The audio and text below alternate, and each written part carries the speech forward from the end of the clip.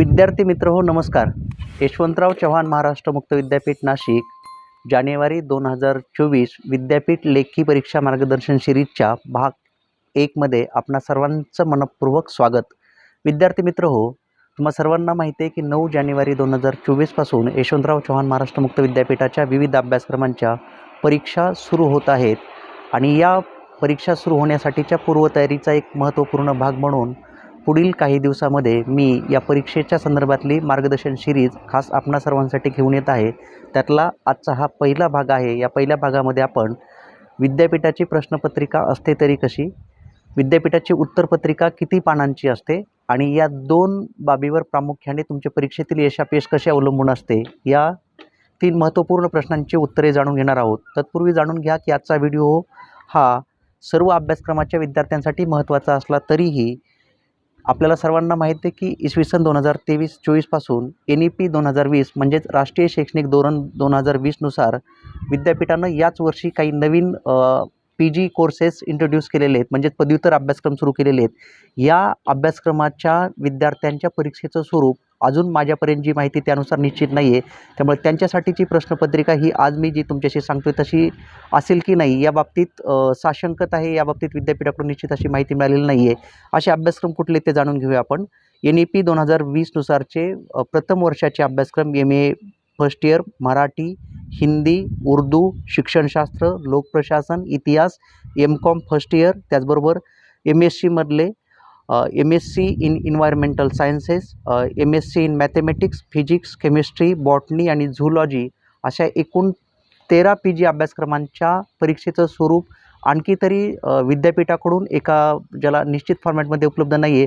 परंतु याशिवायचे विद्यापीठाचे जे सगळे अभ्यासक्रम आहेत त्यामध्ये मग BA असेल, BCom असेल, BSc असेल किंवा आता मी जे तुम्हाला PG कोर्सेस सांगितले त्यांचे जे सेकंड इयरचे विद्यार्थी असतील त्यांना NEP लागू नाही आहे. अशा सर्व विद्यार्थ्यांसाठी आजचा हा व्हिडिओ अत्यंत महत्त्वाचा आहे की ज्यांचं परीक्षेचं स्वरूप आज आपण या व्हिडिओच्या माध्यमातून जाणून घेणार आहोत. विद्यार्थी मित्र हो, आपणा सर्वांच्या जी विद्यापीठ परीक्षा होणार आहे त्या परीक्षेच्या मागील प्रश्नपत्रिका विद्यापीठाच्या वेबसाईटवर उपलब्ध आहेत. खूप कमी प्रमाणामध्ये आहेत, परंतु त्यातून तुम्हाला एक त्याचं स्वरूप लक्षात येऊ शकतं. अशाच एका प्रश्नपत्रिकेच्या आधारे मी तुम्हाला ही माहिती सांगतोय. यातली पहिली जी महत्त्वाची बाब असते ते प्रश्नपत्रिकेच्या सुरुवातीला काही सूचना दिलेल्या असतात. या सूचना तुमच्यासाठी खूप महत्त्वाच्या आहेत, तर त्या सर्व सूचना समजून घेऊया. सर्व प्रश्न सोडवणे अनिवार्य आहे. नंबर 2, प्रत्येक उपप्रश्न 5 गुणांचा आहे. म्हणजेच आपल्याला जो काही प्रश्न सोडवायचा आहे, ज्याला आपण उपप्रश्न म्हणतो, सब क्वेश्चन म्हणतो, तो फक्त 5 गुणांचा आहे. आणि तिसरी सूचना अत्यंत महत्त्वाची की प्रत्येक उपप्रश्नाचे उत्तर 75 ते शब्दात लिहायचं आहे आणि प्रत्येक प्रश्नाचे उत्तर स्वतंत्र पृष्ठावर लिहावे. अशी एकत्रित इथं 2 सूचना दिलेल्या आहेत. याचा अर्थ काय होतो की 75 ते 100 शब्दामध्ये लिहिणं म्हणजे साधारणतः जनरली एका ओळीमध्ये आपले साधारणतः एक 8-10 किंवा 6-8 अशा स्वरूपाच्या शब्दाचं लिखाण होऊ शकतं. अक्षरांच्या साईजनुसार हा कमी जास्त फरक होऊ शकतो. आणि आपण जनरली जर का पकडलं की एका ओळीमध्ये 7 ते 8 शब्द बसतात, तर साधारणतः तुम्हाला हे उत्तर फक्त आणि फक्त 15 ते 20 ओळीमध्ये लिहायचं आहे. आणि सांगितलेलं आहे विद्यापीठानं की प्रत्येक प्रश्नाचं उत्तर हे एका स्वतंत्र पृष्ठावर लिहिणं आवश्यक आहे. आणि चौथी यातली महत्त्वाची सूचना आहे की 80 गुणांच्या प्रश्नपत्रिकेचे आपल्या शिक्षणक्रमाच्या संरचनेनुसार पुढील गुणामध्ये रूपांतर केलं जाईल. म्हणजे तुमची ही 80-20 पॅटर्न आहे. 80 गुणांची लेखी परीक्षा आहे, 20 गुणांचं तुमचं असाइनमेंट वर्क आहे, तुमचं स्वाध्याय वर्क आहे आणि त्यानुसारचं तुमचं रूपांतर होणार आहे, हे या ठिकाणी सांगितलेलं आहे. आता प्रश्नपत्रिकेचं नक्की स्वरूप कसं असतं ते आपण जाणून घेऊया. विद्यार्थी मित्र हो, या सूचना आपण काळजीपूर्वक वाचत नाही. यातल्या 2 सूचना महत्त्वाच्या आहेत की एकतर 75 ते 100 शब्दामध्येच उत्तर लिहिणं.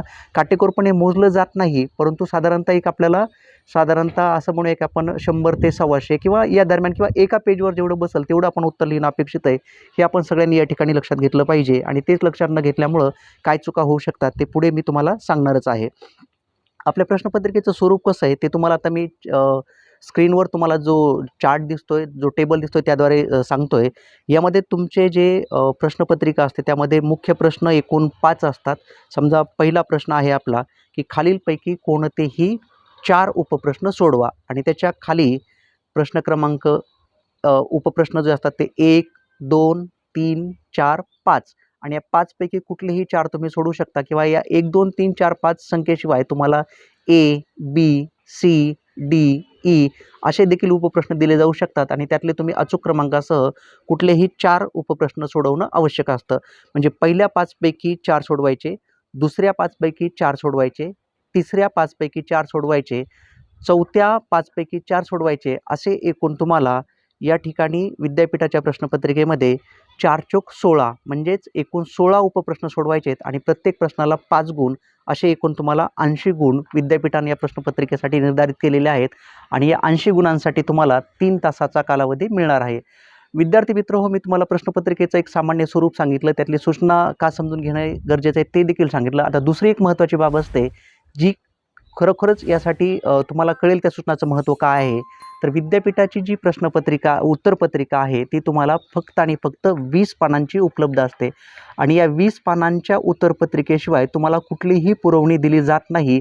त्या 20 पानावरच तुम्हाला उत्तर लिहायचं असतं. यातलीही आणखी एक गमतीची गोष्ट अशी आहे की हा जो उत्तरपत्रिकेचा साईज आहे तो सामान्यतः आपल्याकडे A4 साईजचा जो पेपर असतो त्याच्याही पेक्षा कमी आकाराचा म्हणजेच A5 साईज आकाराची ती उत्तरपत्रिका असते आणि त्यातली पहिली जी 2 पेजेस असतात म्हणजेच पहिल्या पेजवर तुमची प्राथमिक स्वरूपाची माहिती असते, छापील असते.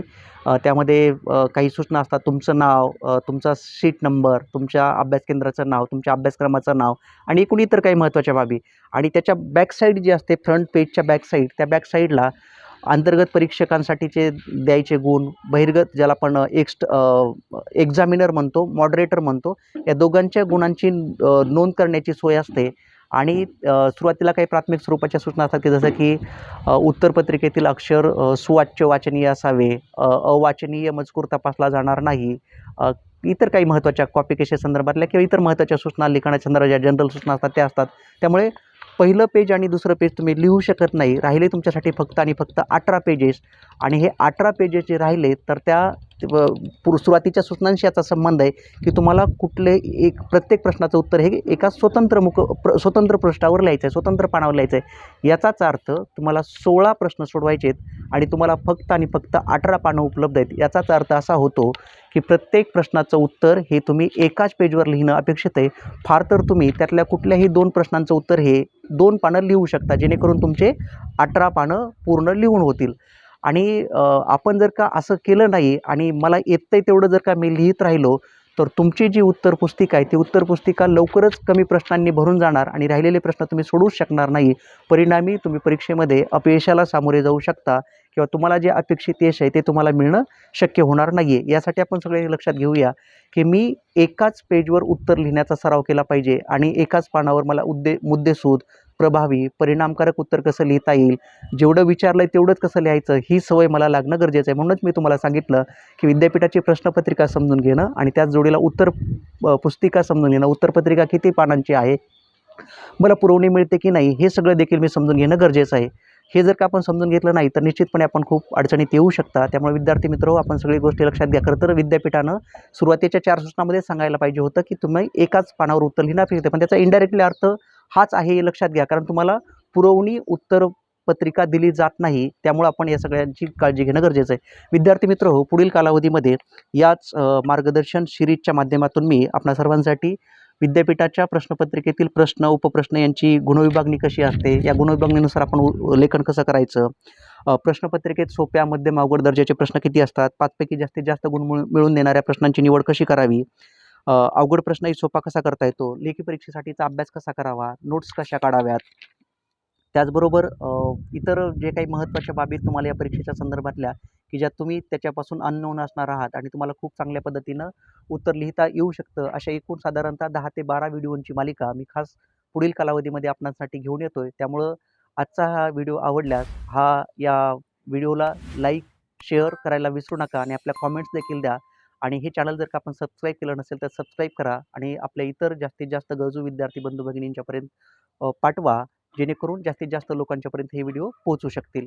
आजचा हा व्हिडिओ आपण शेवटपर्यंत पाहिला त्याबद्दल आपणा सर्वांचे मनःपूर्वक धन्यवाद. भेटूया पुढील एका नवीन व्हिडिओमध्ये. तोपर्यंत थँक्यू सो मच.